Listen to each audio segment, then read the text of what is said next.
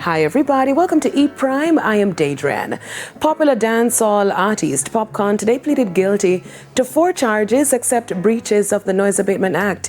His attorney Matthew Hyatt stated that he will be taking full responsibility for his actions. He was fined a total of $6,000, $1,500 on each count, according to the Town and Communities Act. We explained to court that we're taking responsibility for our actions, and that Mr. Sutherland is a great member of St. Thomas. He has held Unruly Fest for several years. This is his 3rd staging, attracting over 6,000 persons. And it is unfortunate that the event was ended in the manner it was. However, Mr. Hyatt highlighted the lack of promised entertainment zones in relation to the Noise Abatement Act. It brings into sharp focus the issues relating to the Noise Abatement Act, because entertainers in Jamaica are not being granted the opportunity to have their events free, within the spaces and confines of Jamaica. We see events being held in Europe, for example, where they have proper space for their events, and we don't have that in Jamaica. The judge is to consider if Popcaan should be held accountable for that charge, considering his name was not on the permit. They are to return to court on February 9. Sean Paul says no to the clash.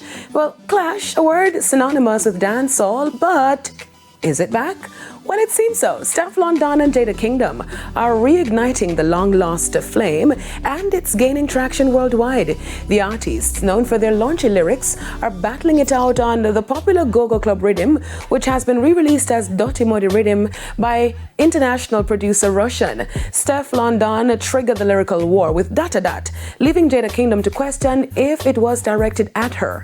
And down the rabbit hole they went. Now, in response to the feud, top dancehall artist Sean Paul took to his official Instagram page, where he said, quote, "Woman no fi talk so. Steph London, Jada Kingdom, live better my sisters. Don't follow the waste them." He also added that he has love for both Jada and Steph, and so they should live as one. Steph London has since indicated that the clash is all for fun and is not serious. Angela Bassett becomes the 2nd black actor to receive an honorary Oscar. The actor was recognized by Hollywood's Film Academy last evening at its 14th Governors Awards for playing memorable roles, from Tina Turner to the Queen of Wakanda. I have had to let it sink in that I am the 2nd black actress to receive an honorary Oscar. The first being my dear friend and mentor, the late Cicely Tyson, in 2018.